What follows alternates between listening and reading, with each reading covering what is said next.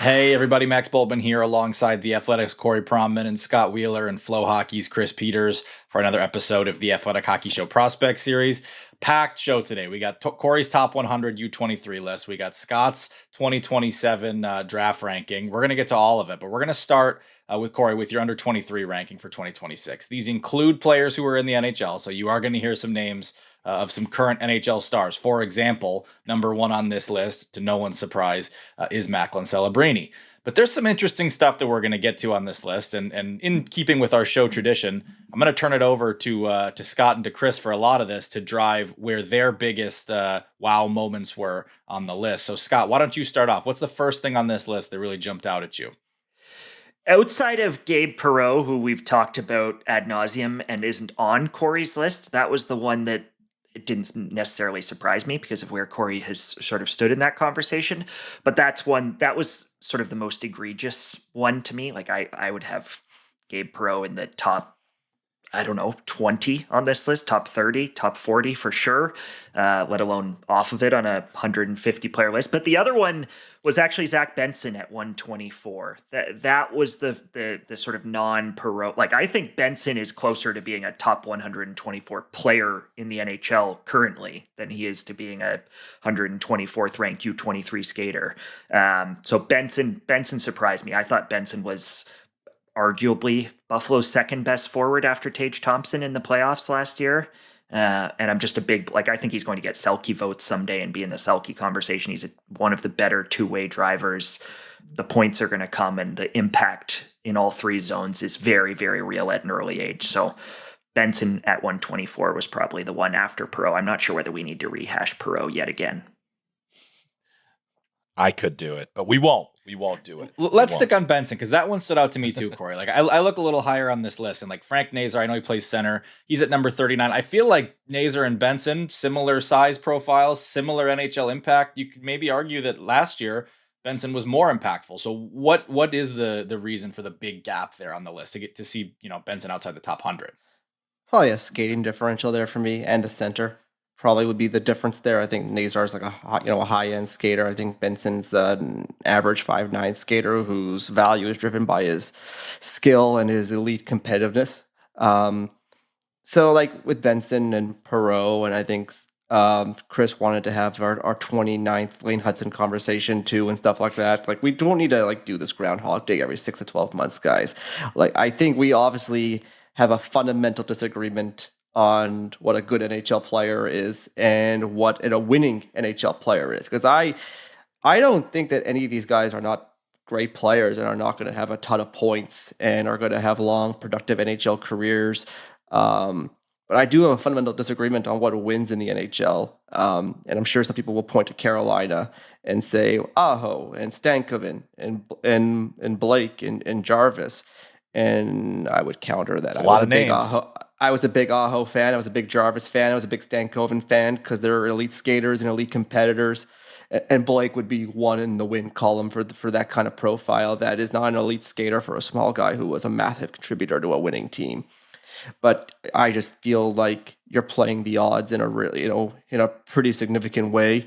And I just don't think that's what you build winning NHL teams on, is small guys who don't skate well. And I feel like who don't skate in elite levels for small guys. Oh, but even like JP Hurlburt at 80, right? Like that's yeah. And I don't think he has the competitive makeup that Benson does, and he's not a great skater. And Benson's kind of proven it. Yeah, again, Hurlburt's like closer to 6'0", and I think also has high end skill. I actually think is reasonably competitive too. I just have a real issue with that, and I will concede that Scott's completely right. He was outstanding in the playoffs. Like, he was wow good in the playoffs, but I'm looking at the long-term projection there. I see like a 50-point winger who works his ass off, but I don't know if there's a lot more projection there from what he already is. Even if he's a 50-point two-way driver, like, that is a high end. That's a top 6 NHL winger on a good team. If he's like, that's Logan Stankoven, right? Like, that's, well, no, I don't see the gap. Well, Stankoven's a center. That's the difference there. If you're putting that much into position, I think you're But I do think there's a rarity component to that. Like I think centers are so hard to find, right? And teams, if they wanted to find a 50-point winger on free agency, they can go out and get Victor Arvidsson, right? And that's like I think kind of a profile comp of what Corey's describing: 50 to 60 point, high motor. Arvidsson might actually be a little bit better of a skater.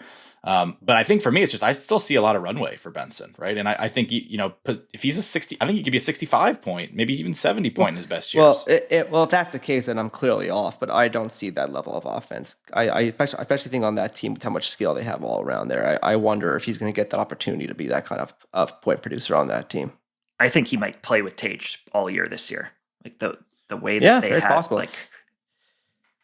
I think what it comes down to for me in some of these rankings and other things is like there is the abstract of what we don't know and there is what we have seen. And I feel like there is an absence of current evidence that is. I disagree.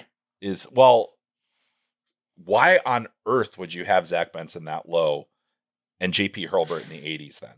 Because I think that's just what the profile is. But do you not value compete? Like how much do you value compete then?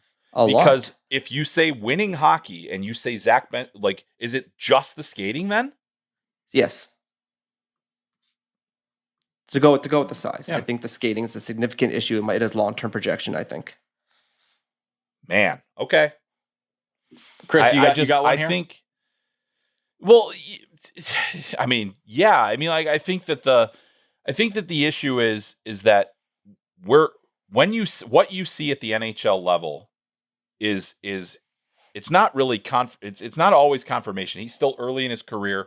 There's a lot that can happen. There's ups and downs that can happen over the course. But I say when we see him in the setting that you are saying is a better value, like where there is value to be gained, which is to say a winning brand of hockey. I feel like Zach Benson had proven that over that time. Like we talked about him as a potential, like down the road Olympics guy not too many weeks ago, where we had that discussion on this podcast that he was a guy that could potentially I would never have mentioned that. That's crazy to me, but okay. Well, then you're memory holing it because you didn't mention it, but we talked about the fact that this is a player. And like it comes down to all the different players on here where we're going to have these arguments. And I feel like some of the biggest arguments we're going to have is guys that are already proving it, guys that are showing an ability to do it. And so it's like could be said about Kindle where I have him. I'm sure Penguins fans will lose their shit over that too, kind of thing. Well, I think he's yeah, but I feel like with Benson, we're seeing the trajectory. Like I'd say Kindle I'm kind of more in line there because I feel like okay, we saw the first year, now we need to see the next step. I feel like Benson has elevated over the course of his career, where the trajectory I think is even like from where he was selected. Now he's more in line with a top 10 pick. Do you think like long term he's Marchessault, or do you think there's a higher grade there? I think that'd be a great place for him to be. I mean, that's certainly much higher than the player that you would say a Conn Smythe winner.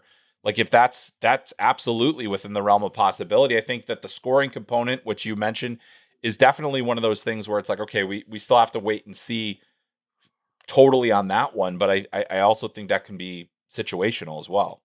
Well, and I think he's going to score a lot. Like I said, this is where the divide is I'm not discounting that a lot of these players have elite skill or great hockey sense and are going to score a bunch of points. Like I think, we did this last year with Adam Fox, where I think he's going to have a bunch of NHL points over the course of his career. But it comes down to what I would want to build an NHL team around. And there are certain traits that I would prioritize and certain positions I would prioritize. Yeah. I just don't see how you wouldn't want one of the smarter, hardest working young players in the league. I do, but he needs to be able to move better. I love his skating. I love his skill. I love his compete. I think his, like I said, there were some times when I watched him in that playoff run where I thought he was outstanding. Like he made some tremendous plays inside the offensive zone. But if he's been outstanding at any point in his NHL career, he's not 124 on any U23 list of yours. Like that's the way you're talking about him. I don't think lines up with he where played you against actually have him slotted. Two playoff caliber teams. Like the Bruins were not a good playoff team. The Habs were not a good playoff team. Like when they played against Carolina, they got playoffs. exposed. You have David Edstrom. The other guy I was going to bring up, you have David Edstrom, 43. David Edstrom scored 8 goals in the AHL last year. He had 20-something points in the AHL last year. You have him 80 spots higher. Like there's... Yep, I understand know. that. Well, Edstrom's a projection one. I really liked how you talk about playoffs. I liked how he looked really at the end of the year there from Milwaukee. He was playing like 20 minutes a night, power play, penalty kill. He's played well against men in the SHL. Played well with the national team. I like I think there'll be more. I think there will be offense there to go with a 6'3" guy who can move, who can compete, to play both ways. Obviously, that's clearly projection based. Yeah, there's no NHL evidence. He may even play in the NHL this year. Like, there's a lot of projection there. But obviously, I like the player a lot, and I have for years. So I don't think that one should have surprised you guys too much. Listen, I get it. Like, I understand where you guys are. I understand I'll get ripped for this. Again, I just have a clear philosophy that there's certain lines in the sand that that are hard for me to get past when it comes to what I would value in an NHL player. Yeah, no, I look, that is it's a valid philosophical like quibble, right? Like we're all going to prefer slightly different elements here. Let's go to another guy who kind of, I think, fits that smaller scorer profile with maybe not quite the same level of compete, but Tij Iginla, Scott, is another one that you kind of flagged, and he's at number 79, Corey. Yeah, obviously another guy who he's very skilled. Curious why Scott thought he was too low. Like, do you think the hockey sense is tremendous there, Scott? Do you think his speed is tremendous? Like, what do you think I'm off on there? I think the skill, scoring, hands, attack mentality profile is legit. Like, I think he's got a chance to be a first line top 6 scorer in the league and score 35 goals every year. Like, I think who's the NHL kind of comp for you? I don't know whether there's a clear NHL comp, because he kind of does it in this like pretty unique, ferocious kind of a way. It's not a good start to this conversation. I don't think. Does everything need to have a comp? Yeah. That's the thing. I think that's part of the mistakes here. That's part of the issue that I have. But he's not 5'8", he's 6'0". There should be like a bunch of guys. He's 6'0". He's an excellent skater. He was one of the 2 or 3 most dangerous players in junior hockey over each of the last 2 seasons. He, in his age group at the world junior level, was dangerous. Like, he's an excellent skater, which is something that you value. I think he's a good skater. I don't think he's like. I think he's a very good skater. I think he's a very good skater. Well, then that's the disconnect there, because that's not what I've seen. So if you saw that, then yeah, I buy getting him higher. I think he's a good, but not an elite skater. What kind of player do you envision Tij as in the NHL? Like a middle six, goal scoring, competitive player, like 20 to 25 goals, 50-point winger, and again winger. So that's. When we talk about average size wingers, like that profile to me is just so invaluable. Not invaluable. Is so common that I have a hard time like really elevating the premium unless you think they're 70, 80, 90 point type of guys. I think 30, 60 is like a very, very baseline projection for Tij. Like, I think he gets there without much trouble. I think he gets there. I don't know if he stays there. That's my concern. And on that team, there's going to be a lot of. It's going to be hard for him to get those minutes too. But that's not really goes into the projection. They kind of need it. That team kind of needs a one-shot scorer. I think they actually isn't that need Gauthier? Tij. Yeah, but like they need more of that juice. Like I think they've got a lot of very competitive, well-rounded, solid top 9 NHL players. I think they need another star to emerge there, and I think he's more likely to be that than Desnoyers. Desnoyers is a center, and he brings other elements, so the value is different there. But in terms of like that next offensive piece for them, I think that guy, it needs to be Tij, and I think it will be him. It is kind of true though that like when you look at the guys who are not 80, 75 plus point guys, like there's usually a major other element there, whether it's like a physicality with like a Ryan Leonard, I guess, would kind of have that profile. And he's, I think, closer to the neighborhood, Scott, that you would probably have Iginla in the 30s here. But I don't think Iginla has that level of, physical dimension to his game. So it does become a little bit more that tweener type where I think guys like that end up a lot on a lot of second lines, or like Nick Schmaltz kind of actually. And I guess Nick Schmaltz is on the first line in Utah right now, so maybe that's a point in your favor. I just think the skill and the shot is high end. The skill level on the puck is high end. The skating is extremely strong. Like I don't think there's almost anything holding other than health has been the question mark. If the hips are in I think the his rear playmaking view, is kind of average too. Yeah, I would agree with that. And I think that my argument on this particular one, it really wasn't necessarily in favor of Tij Iginla. I thought he was kind of in the right spot on the list here. It's more of the, the statistical, like there's certainly going to be statistical comparables and other things like that. But I feel like if we're constantly looking for, you want to find NHL similarities. You want to find guys that kind of play in that way and see what he can be. But I also think that at times we're too focused on that. And then, we run into situations like we do with other players that we'll talk about on this list, where it's just like, okay, well, he is different from the rest of that category. He's an outlier within that particular category. I wouldn't say that's true of Tij in this particular instance. But I do think that the opportunity, like for him to grow here is good. But yeah, I would say that actually the injury stuff is one of the concerning things, just in terms of where he's at in his trajectory and where he goes. So that's where I would tend to agree in this area. I asked the comps question, and I get with the guys who are like on the extreme parts of the spectrum, especially in terms of size. Like when you got the 5'8", 5'9" guys, or the 6'6", 6'7" guys. It's hard to find those comps because there's so few regulars in the NHL who fit that. But I asked the comps for like an average size guy like Tij, because if I hear the comp, I can understand where you think it's going to go. And then I can say, oh, I agree that he looks like that player. Maybe I'm wrong. Or I disagree he looks like that player for X, Y, and Z reasons. That's why I asked that question. Not because you need to have a comp, but it's easier to have this debate when you can get to that point, as opposed to just saying, no, you're wrong, or no, you're right. It's like, it doesn't really, I feel like it just connects the dots easier. Yeah, I say that's fair. And I think like in the instance of Tij, I think there are, like, there are a lot of guys like it's not like where the comp, like a 1-to-1 comp, is like he kind of almost feels like, to me at least, and Scott, you may disagree, but to me at least, he does feel more like that run of the mill potential, middle six with an opportunity to be a second line scorer. What about like Matt Coronado? I think he's got more skill, and he might even have a little upside more offensively. Yeah, okay. Have a little more jam too. What about like Troy Terry? That was more one jam. I used in his. That was the one I used in his draft year, for what it's worth. Yeah. I think he's got. And that would kind of be that second line scorer who can play on a first line sometimes. Yeah. I was thinking Kempe at the high end. Kempe's like 6'3" though, right? Yeah. And that's the difference is Kempe's an elite skater. I don't see that with Tij, but that's Scott's evaluation. So.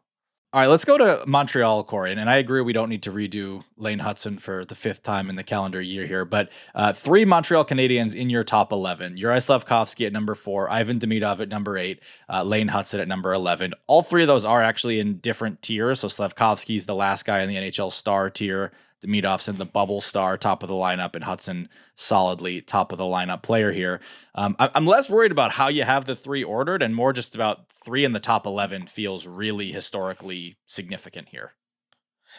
Oh, I think like after San Jose, I think Montreal has arguably the brightest future of any NHL team right now. I think you look at just how they built that power play, and Nick Suzuki still, in his prime. Cole Caulfield's very young.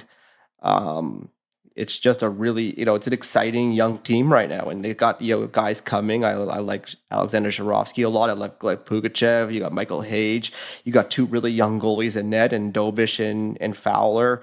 David Reinbacher, I still think, is a very good young player, even though he's probably not a 5th overall type of player. I mean, you look at this team overall, and I think it's very well positioned to become a contending team in the near future. The one real hole is kind of at second line center, and they're going to hope that it's Michael Hage. You don't have Michael Hage as high on this list. How would you go about filling that hole for Montreal? They're a team that just went to the conference final. They would have every incentive to try to make a trade for a right now second line center, or would you let Hage kind of try to win that job? I think Hage he could be it, but he probably wouldn't do like an excellent job at it. But there's a chance he could be a second line center. I think there's a good chance he could be a second line wing or a third line center. But like, usually when you see like trade proposals online and how you would go acquire a top six center, it's usually fantasy land crap. But I think Montreal legit has the assets, like premium young assets. Like I don't even like where's Jacob Fowler going to play? Dobish is become a really good player. Like is he for sure a goalie of the future? You think's going to get 60 starts? Maybe not. You've got these young Russians who are really good players. Like I think even in the American League, like Adam Engstrom was really good last year. I think they absolutely have the assets to go and make a deal for any center that gets on the market and have the winning bid. So, and I know that happens very rarely. Obviously, you're in a market, Max, where that seems to be one of the rare cases that's happening. And I know the early reporting is that that's not a place that Larkin would want to play, but I don't know, man. Like I'd want to play there. Like it looks like they have a lot of fun. They score a lot of goals. Like I feel like they have two excellent young goalies. Yeah, they have the assets there, I think, to go and get that second line center at some point in the next year or two. Yeah, I mean, it's interesting because we don't see a lot of kind of Americans seemingly wanting to go to Canadian markets, but I'll just like Montreal's my favorite city in North America. I love Montreal. And if you want to win, Montreal's a good place to win. So, we'll see what happens with Larkin and with that list, but I'm not ruling it out. Yeah, I mean, it's a fascinating situation. And like I think the only thing I would argue with Corey on is just like, I think that we're talking about all of these guys being stars in the NHL and in the star. I'd probably have them in the star tier. Hutson for sure, Demidov probably. And, and I think that it's really the one thing that, Corey, that I would say when we're talking about what builds winning teams. Okay, so we're talking about the core. You think of Caulfield, Suzuki, these guys here, with the exception of Slafkovsky. In terms of team building, what is the one thing that all these guys seem to have in common? It's not. It's a concern. They're not big. I think the way they build out their blue line from here out is going to be important. I think that second line center is going to be important. But if it's like a Larkin, like that's a massive different type of player, a tough minutes matchup type of player. Yes. I think I still like Gouli. Like you hope Ryan Bacher could become that big two-way defenseman that can play legit minutes, and they still need more. Like I said near future. It's not tomorrow. Like I don't think they contend tomorrow, but I think in the next couple of years, as these guys continue to age, and the management group's been very patient, they're going to have cap space to work with here. They can add those kind of players that can play a different type of role, but they have the offense. Like that power play is going to be lethal for the next decade. Yeah, I mean they're a super impressive group. I mean, and I think like looking at where they were, I feel like they've been a bit ahead of schedule in terms of their growth. But yeah, I mean, you look at some of the assets, the guys that are kind of in that second or that next tier of prospects with Jurovsky, Reinbacher, Pugachev.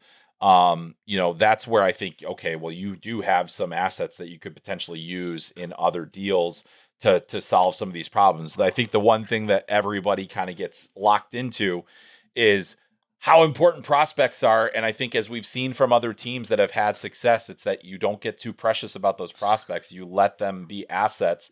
You've already got your core guys. Like, I'm not saying you would move any of, Slafkovsky or Hutson or Demidov or anything like that, but just because those guys are good prospects, I think the question is how much value does Reinbacher have at this point? How much value does, if they know you're in a bad position with Fowler, how could you potentially, I personally would not move Jacob Fowler. No, I don't think it's a bad position. I think they're slated to be like 40-40 right now kind of thing. But at some point you got to pick one to roll with in the playoffs. And last year it was Dobish. Dobish. Yeah, exactly. So, I mean, it's an interesting case that they're in here in terms of like the next steps of the building process is going to be really fascinating because they did a lot of the things right in terms of the draft. You get lucky at some points. Hutson, being probably from where he was drafted to what he has done for that team. Those are good positions to be in. And really, we saw Slafkovsky really bloom last year and blossom into this real, legitimate top of the lineup, quality player that could be a dominant force. So I mean, gosh, they're in such a good position. I think it's a great time to be a Montreal Canadiens fan. All right, before we move on, Scott, you had one more I think you wanted to hit. Yeah, the only other one was I was a little surprised to see Jake O'Brien at 22. Jake's a very, very good player, but there were guys lower down, Will Smith, Wyatt Cullen, who kind of fit into that. Are they a center? Are they a wing? They're skill guys. I think O'Brien and those two guys in particular, Cullen and Smith, are sort of direct comps for each other. Obviously, O'Brien's a little bit bigger at 6'1", and a half. But I was surprised to see the gap between those three players because I think there's a higher upside offensively, in particular for Smith and Cullen. I'm just not I'm not fully convinced of what Jake O'Brien is. Like, I think there's a chance that Jake O'Brien's more of a complementary sort of middle of the lineup guy. And I think Will Smith and Wyatt Cullen are going to be playing right at the top of a lineup. Will Smith obviously already is, but I do think there's some risk. I view some risk in Jake O'Brien's projection. Interesting. I'm surprised you aren't like super high on him. He feels like the kind of guy you usually would love. Like, I feel like his skill level is like pretty elite. I don't see elite skill level in Jake. Like the poise and the calm on the puck is very, very high end, but I would say that it's high end in Will Smith and Wyatt Cullen as well. And I just haven't seen him. I've seen him play a ton in Brantford over the last 3 years, and I just haven't seen him like absolutely dominate games in the way that Will Smith did in college or at the program, or in the way that Wyatt Cullen did towards the end of that year. Obviously, we have less data on Cullen, so we'll see what Cullen looks like in college this year. But maybe I'm just higher on Will Smith. I don't know, but it felt like those three players felt like they should be sort of closer bunched together, and I would have O'Brien third among that group of. They are all in three. a tier. They are all in the same tier, yeah. That's where I was going to go with this. Is I feel like that's one of the interesting part of doing these kind of prospect exercises is the gap between 2 and 20 is giant. The gap between 40 and 120, like we did earlier, is pretty significant. But there's between like 20 and 35 or 25 and 40 is like almost nothing. So if we were on a scouting staff and we were, let's say we were in a draft room. This is not a draft. Let's say Will Smith and O'Brien were in the same draft, and I got outvoted 3-1. I'd be fine with it. I think Will Smith's an excellent player. I think they're close enough. I have some preferences in terms of the way O'Brien plays. I think he has good interior offense to go with the exterior skill. I think I like the size, I like the skating. I like that. But I understand like that Smith and Cullen are a little bit more dynamic, and like they have like that higher end creativity more. Like that, like an edge more than O'Brien does. So like, I get it. Like, I don't think it's unreasonable what Scott's saying. We're also recording this, a week after Wyatt Cullen just was one of the best players at the World Junior Summer Showcase. So that probably colors a little bit of how we're looking at this list as well. Yeah, I mean, Cullen just went 10. O'Brien was what, the 7th or 8th pick like a year before that. Like, I'm surprised like that Scott feels so strongly about that one. But I think that's his preference. This is one that jumped out a little bit to me too, because I just think that while Jake has size and other things, I think he's a bit of a sleepy player. I think that I think there's a lot of. He is sleepy, but I think he's competitive. Yeah. I mean, I feel like certainly watching him in the playoffs last year, I thought that there were like he was getting his points, he was doing his things. I didn't necessarily see a guy that was ever I wanted him to take more games over. I wanted him in what Scott was saying, be a little bit more dominant. And there were times where I was like, gosh, Caleb Malhotra played a heck of a lot better than he did. And was often, even though Caleb had a lot of points on the power play, I thought that he was impacting the game in more ways. And so, I think that guys like Jake are going to be really interesting to watch because I think that he has the hockey sense, the skill, the other things to potentially go in a lot of different directions. I still, just in terms of like, if I think any player that we say is like in the top 25 or top 30 of a list like this is going to get a little bit of extra scrutiny. And that's where I would see like kind of understand that. But he's one of those guys where I feel like there is a lot of different ways things can go for him. And I do have at least some moderate concerns about kind of the next step for him because I don't see a player that's ready for the NHL. Well, he could go to the American League now, right? He could go to the American League, which I think would probably be the next logical step for him. So I do think but it's like that is the way that he plays. There is going to be an adjustment period to that. We've seen it with a lot of different players. I think we saw it a bit with Braden Yeager at times last year. We see other players that have needed to make that adjustment. It's a little bit tougher. So I do think that the path ahead for him is a little bit rockier at this point. One more thing before we go to break. This isn't really a debate, but Chris, you pointed it out as we were prepping for the show. The 12-13 back-to-back of Cutter Gauthier and Porter Martone feels designed in a lab to get Philly fans talking there. Yeah, and I know for sure that it wasn't, Corey, in your defense. I know for sure that wasn't, but that was one of the things where I'm just like, oh, that's good. And it's a one-spot difference. Cutter Gauthier 12, Porter Martone at 13. But I think it does, Cutter Gauthier scored 40 goals last year. I think that a lot of the questions that we had about Cutter Gauthier and where he was going to go as a player have started to be answered by last season. Was he, I think there were hockey sense concerns. I think there were, compete at times concerns. I feel like we've seen a player that has taken that next step. Meanwhile, Porter Martone is a player I'm very high on. I'm not saying that I'm not going to argue with the order. I just like that Cutter is one spot ahead of Porter. I thought that we needed to call it out, if only to put the Flyers fans back in Corey's mentions. I think that the Martone is a great example of where you don't want to get too distracted by position. To our earlier conversation, because I think the conversation with Philly going into that draft last year is they need a center, they need a center, they need a center. And they don't take a center, despite the fact that Hagens and O'Brien were both on the board. They take Martone. And to me, it's not even close between those guys. Agreed. I think Martone's clearly ahead of those guys. Agreed. Yeah. I mean, and that's the thing is Philly, in losing Gauthier, I don't think that they got necessarily the best value in return relative to what he was going to become. But then you get into Porter Martone. Now, it would be great to have both, right? It would be great to have that. But that obviously wasn't going to happen. And so I think they drafted Gauthier, envisioning him as a center too, which they're still searching for. Correct. Yeah, exactly. Mm-hmm. Cutter is probably we kind of talked about it. He's probably much more a goal scoring winger than he was ever going to be, a true center. So I'm really excited to just kind of watch Porter this year. I think that he's one of those guys that has legitimate Calder Trophy potential. I think getting that little taste of the NHL last season, I think is so important for some of these guys. I think back, a lot of guys will get that little taste. It gives them such an idea of where they need to get to. Then he goes, has a chance to play in the World Championships, do other things like that. I think Porter Martone has a chance to really rise up this list in the next year, based on what he does, but there's still a long way to go. There's a lot left to see. And also I'm not doing this age group again next year. So, well, so good for you. Difficult.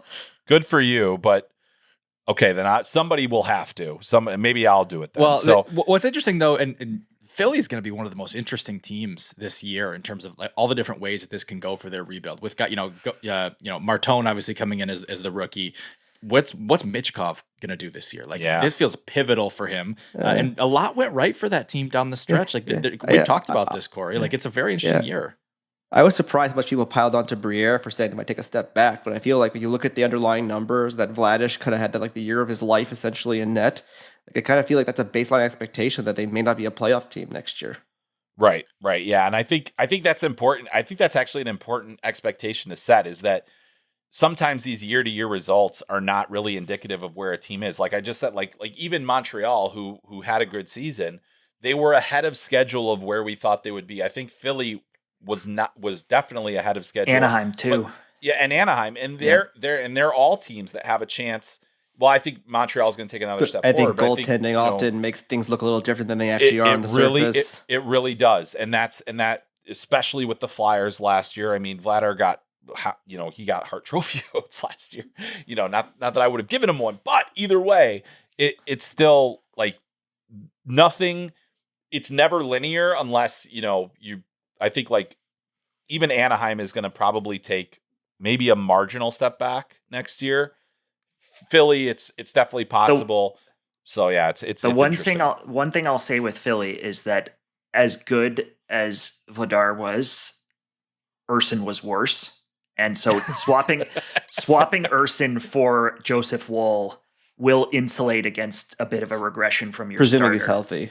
presuming Joe. Yeah. But Wool has never had trouble staying healthy for 30 games. It's staying healthy for 50 games that I think is the larger concern. But if Joseph Wool is playing 30 or 35 games for you, you're probably getting excellent backup goaltending. Right. Yeah, and also expecting Vladar to repeat like with very little evidence that that's his baseline is tough. Well, and Michkov's a very flawed player. Who knows what he's going to look like this year? But Michkov basically had the worst year you could possibly have and still had 50 points. So if that's the year from hell, you would hope that Michkov is going to come back and be. I agree, and I think he is going to come back with a vengeance. But I said the same thing you're saying right now about Elias Pettersson 2 years ago. So it sometimes it does just flatten out. So we'll see. We'll see which way that goes. Let's take a quick break right there. Go ahead, Corey. And they also now with Martone, they have yet another young weapon, and there's only so many power play spots. Yes. Yeah. But I think that's more sophomore slump from Michkov, and I think we see enough of those to think, all right, throw that one out and kick it off. But if it gets off to a slow start, it's going to be a microscope in Philly, no doubt. We'll take a quick break right there. We'll come back, and Corey's been on the hot seat. We're going to slide Scott into there as we go through his 2027 draft ranking. All right, we're back, and we're going to go now to Scott's 2027 NHL draft ranking. Well-timed. We're coming off the Hlinka Gretzky Cup last week, and we obviously did the check-in episode a week ago. But now we've got the full body work from the Hlinka, and we'll broaden it out, obviously. There's a lot of guys in this class who were not at the Hlinka. So, Corey, I'll give the first word to you here. What's the first thing that jumps out to you on Scott's list? There's could be a dozen things I disagree with, quite frankly, this early in the process. The first thing that I thought DuPont 1, that makes sense to me. Privilov 2, that makes sense to me. That's the 1-2 I probably would have at this stage right now. Skvortsov at 3 definitely jumped out to me. And I buy the high-end skill there. Like, he was outstanding in the MHL playoffs last spring. 6'0", 6'1" winger with good, not great foot speed for me. And to get him ahead of like guys like Sundstrom, but especially Noah, Jonah Neuschwander, who I think both are like potential top 6 centers in the NHL, I kind of want to hear Scott's thought process there, because Neuschwander in particular to me just looked so good at the Hlinka and has a lot of tools and pro experience and pro success, quite frankly. Like, how would you parse those two? Yeah, those 3 are obviously back-to-back-to-back, 3, 4, 5 on my list. And 2 of them play center. My challenge that I've had with both Sundstrom and Neuschwander is that I don't know that there's a first-line player or first-line offense in either of those 2 players. And we talked about that with some of these kids the last time we had a conversation about this class. Jonah is a very, very good pro prospect. Milan is a very, very, very good pro prospect. I haven't seen high-end skill from any of those guys. And part of the reason I have Skvortsov 3 is just because I haven't seen high-end skill, frankly, from any of that. Like, I like a lot of the centers, and a lot of the centers in this class are going to go early. Jonah, Milan, Sammy Nelson.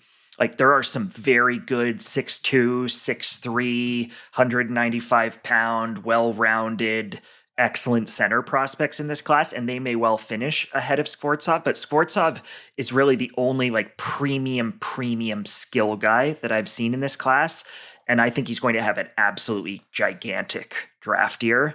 And if he does it in the KHL, we'll see whether he does it in the KHL and produces in the KHL. But I think from a pure skill standpoint, he's the most purely skilled on the puck, one-on-one individual playmaker that I've seen in this class. And I think if he points and produces like I think he will, that will probably put him at the very least in the conversation with all those excellent sort of 2-way second line center projections that I have on those other guys, but could well put him ahead of them. So there's some projection happening. But you're not saying he's in the conversation. You have him ahead of a guy who, like, Neuschwander had 12 points in 30 NLA games last year. Like, he's 6'3", he can skate. Like, that's a unique player for me right there. Like, you don't see guys play in one of those top men's leagues at 16 and really have success. Well, have you ever seen him make like a highlight reel play? No. Like a high-end skill play? And are you convinced he's a center? Like, he played all of those games in the NL last year on the wing. He obviously played center at Hlinka. Yeah, I think so. I think with his size, his skating, his compete, he's a second line center in the NHL. What's interesting, why does Russia not produce centers? I mean, maybe this is taking a tangent here, but like, they I look have at the one size this year. This one, they have the first one They in have a like couple forever this year, Yakunin. Like he's now, mind you, he just signed a 5-year extension in the KHL, so you won't see him for a very long time. But when he does eventually get here, he's like probably their best center prospect since Grigorenko. Nazar, it was due to injury, but Privilov did play like, I think it was 9 or 10 games in a row in the middle of last season down the middle, and then he was back on the wing for the rest of the year. But it's just interesting because like I get it with like Panarin and Kaprizov and some of these like smaller skill guys, but I look at like the physical profiles of Privilov and Skvortsov, and I go like, this is your national team is going to need centers. Like, why are you not funneling guys of this type and down the middle? It's a cultural thing there. Like I think in like North America, when you're a good athlete, they put you at center. They put you on defense. In Russia, if you're a top athlete, you're put on the wing and you're put in goal. Yeah, the goal. I mean, that actually makes a lot of sense because Russia produces goalies as well as anybody. All right, let's go to another spot on this list, Scott, and this one's less favorable. Alexis Joseph was a name that we expected to be talking about at the very top of this class. I think for at least about a year now, we've hoped that he could kind of be the Quentin Byfield of this class. And as we get into the draft year, Arrow does not seem to be trending that direction. he started in the top 6 at Hlinka, and then by the gold medal game, finished on the 4th line there. And I think the challenge that everybody is kind of having with Alexi right now is that here is this sort of 6'3", 6'4", 210-pound kid who was a first overall pick into the QMJHL and had a very respectable 60-point season in the QMJHL on a low-scoring St. John team where he was one of their top players as a 16-year-old last year. And yet you just watch him and he can be frustrating to watch. And he's not quite sort of like the Ryan rubric frustrating to watch that some people had an issue with in last year's draft. But just, I want to see him move his feet way more. Like there's a lot of standing around. I think the skating is average or maybe slightly below. Corey raised the hockey IQ the last time we talked about him. He's big and he's skilled and he can make plays, and he's a summer birthday, so you're couching in some projection. He's one of the younger players at the top of this list. There's a lot of sort of late 08s and he's a late 09, and there's a lot that you have to consider with Alexi. But man, oh man, there are people, in speaking with scouts coming out of Hlinka and even coming out of U18s, there are people who are very frustrated watching him play. And when that lingers, teams will just write you off. So he's got to go and absolutely dominate in the QMJHL now, I think, to hold on to the status. And frankly, I thought about having him. He's the last player in tier 2. I thought about sliding him into that sort of 3rd tier and putting him closer to 10, 11 than I did where I ultimately finished on him, which was 6. Where did you end on him? The overall number? 6. Yeah, you have him higher than I have him right now. Like he was so bad at the Hlinka. Like, and it's like you're questioning the hockey sense, questioning his compete. Like I don't have issues with the skating. Actually, I think it's fine for a guy his size. But I think you're like want him to make a play, and it just never happened. He made one nice assist, with kind of like a seam pass that was kind of like the hole opened up there for him, and he kind of hit it on the power play, I think. But otherwise, his only goal was puck went off his ass and in, and like it just was a very, he just kind of looked overwhelmed at times. I feel like the moment kind of got the best of him. Like I feel like by the end there, he's getting lower down the lineup and you're feeling the pressure a little bit. Everyone's talking about it. I'll be really curious to see how he does when he goes back to St. John. He's the guy, and the puck flows through him on the power play, and he has a high-end skill guy in Jamie Glantz to play with. I could see him easily have like 100-point season in the queue, but I also could see this go like a Kirby Doc way, where like it's. I could also see people showing up, and I think Glantz will make him better, but I could see people showing up there and loving the way that Jamie Glantz plays, and that making it even more frustrating watching Alexis Joseph side by side.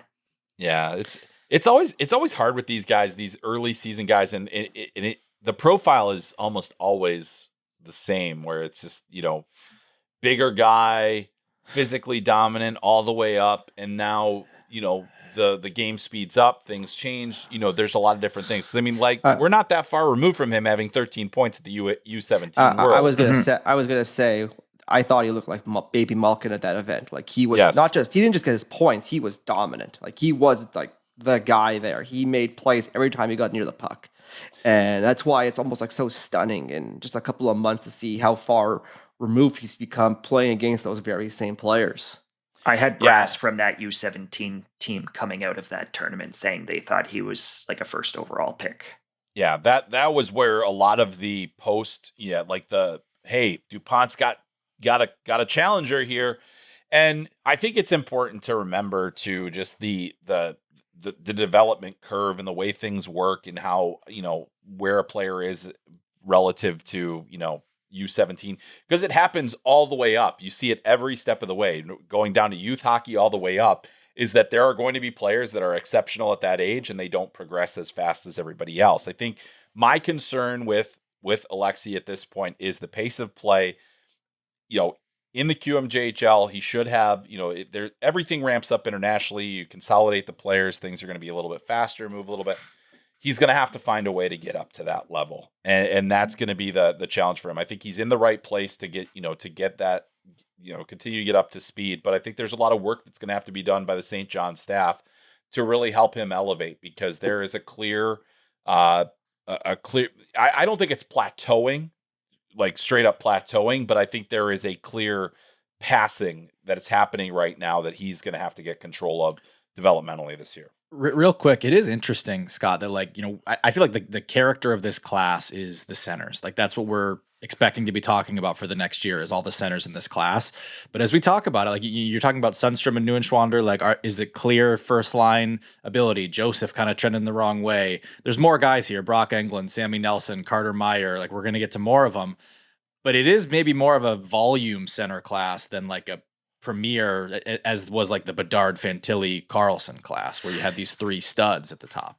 Yeah, and I mean even Will Smith in that age group too, right? Like I do. It's early. Like one of those guys may well emerge. Like what if Neuschwander goes and has 25 or 30 points in 40 games in the NL this year? Like you're having a different. I think at that point, if he's like 0.7 points per game and he's a star at the World Juniors, like maybe he's that guy. Maybe Milan's that guy. I do wonder a little bit about Milan's feet. Like I would sort of qualify them as sort of average, just below as well. So I don't know whether they have that next ceiling. Maybe Sammy Nelson is one of the best freshmen in college hockey at Notre Dame. Like there is a path for some of these guys to take a step, and it is very early, but. Yes, I think at this stage you're on the right track, Max, where it's not, they're very, very good pro prospects. Are they sexy center prospects? I'm not sure they are at this stage. So we talked about DuPont a week ago, and he had a good medal round. He had a good round robin. He had a great round robin. His medal round was outstanding. Like he looked like baby Cale Makar there. Like it was, like he was excellent. But isn't the problem that he doesn't look like baby? He looks like full grown. Yeah, I know. I think that is an element of his evaluation. Like you see him around the rink. He's built like a brick house. Like he's already there physically in a way that Quinn Hughes and Cale Makar were not at that age. But I think I obviously have him in a tier of his own. Like I think Landon is the premier prospect in this class. Yeah, I think the risk is going to be like 5'10", 5'11" defenseman. He is 5'11", sorry. He got measured at the Hlinka. He's 5'11". Important distinction there. Yeah, it is. Every inch matters. Not many of those guys have success, but there's between talking about those guys in the second round or the third round or the late first, where there's a lot needs to go right. He's an exceptional skater, exceptional hockey sense. He's competitive. Like he has all the tools to be a guy who you're comfortably projecting to make the NHL. The thing about Landon too is everything is early. Like the instincts are instantaneous, and he takes plays early and he attacks early. And he's like, when he's on, he is commanding all three zones. He's the best player on the ice. He's like, it's not a sit back and let the game come to me. Like he can take over games. And I think at Michigan, they're going to allow him to play that style. And I think he's got a real chance to be a star in college hockey right away and kind of put the conversation to bed if he is. Especially if the Russians emerge as the real challengers, it will just be, and I think Peter's made this point on a previous show, it will just be impossible for a team to take them over Landon with the contracts being what they are and everything that comes with taking a Russian first overall. Like it's going to be, you're going to need a Jonah or a Milan or one of these other guys to emerge as a challenger, I think, more than the Russians, even if the Russians are the quote unquote better prospects.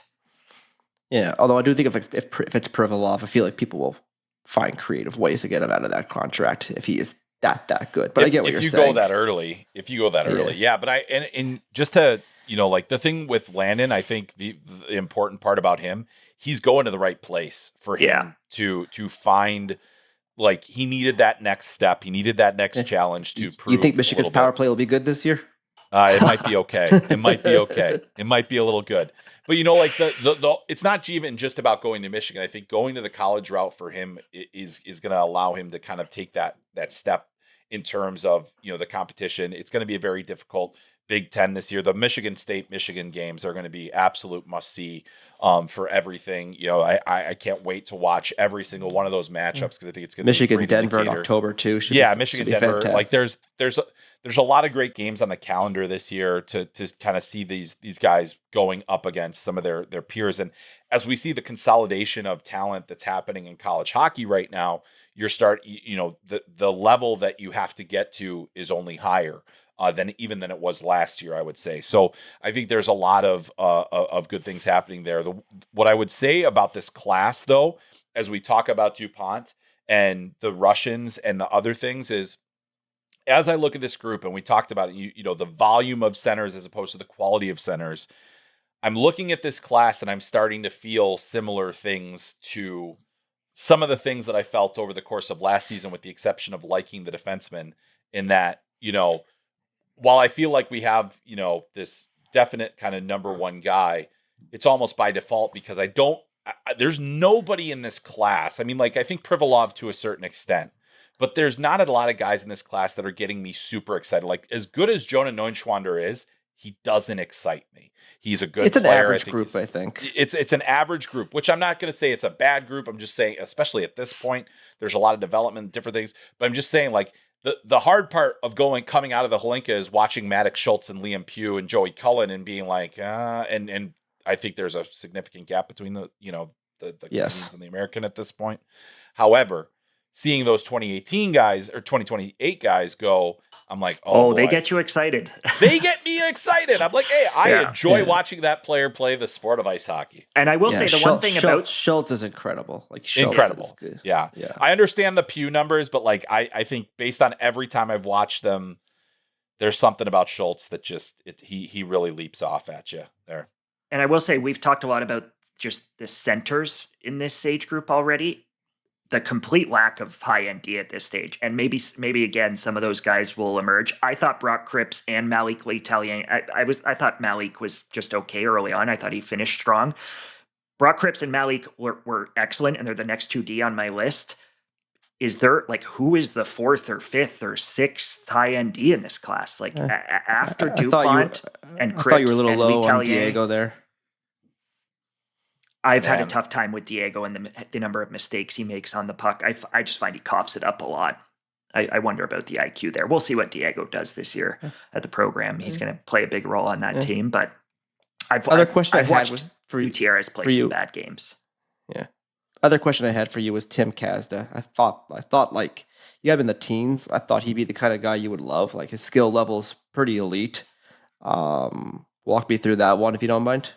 I kind of viewed that fourth tier, Kazda, Schaefer, Gordon, Carroll, who else is in that group? Noah Davidson. I like all of those players, but again, those guys have not excited me. I thought Kazda was absolutely outstanding at U18s. I'm not sure whether I saw that both previously last year when I watched him in Chicago or when I did more tape for this in Chicago. Like, very, very good player. 10 to 15, 10 to 16, 10 to 17 conversation for me. But I have not seen in Kazda at this stage a top 10 guy. Well, you've got like Bossy Meyer ahead of him, also a late birth, same age group. Was like Kazda not 10 times better than him at the U18s? I don't think Kazda. I thought Meyer was one of Sweden's, before he got banged up there, I thought Meyer was one of Sweden's best players. He was their captain. He was a top six center for them. He was skilled. He's a good player. I'm just like looking at the pro projection there, guys. There's one guy's 6'1", and I just feel like his skill level's pretty elite. Like, I just haven't seen elite skill level in Kazda at this stage. Okay. Yeah. All right. Like I said, I thought he's getting a big stage next he showed year. That. Yeah. Well, This will be good. Guelph, yeah. I mean, Guelph's going to be. Wysick was excellent. Wysick and Kazda will be appointment viewing for people in Guelph this year. Yeah. They could both be they've got a lottery good picks. club. Yeah, they've got a good club. Laying the groundwork for the debates that we're going to have all year. That's going to do it for us today. Thanks for listening to this episode of the Athletic Hockey Show Prospect Series. Remember, you can catch more of Chris over at Flow Hockey and on his podcast Called Up. Of course, more of Scott and Corey on theathletic.com. We'll talk to you soon. Thanks for watching. Make sure to like and subscribe and ring the bell to stay informed and catch new episodes every Monday, Wednesday, Thursday, and Friday. And in the meantime, you can join our Discord community. We'll see you there.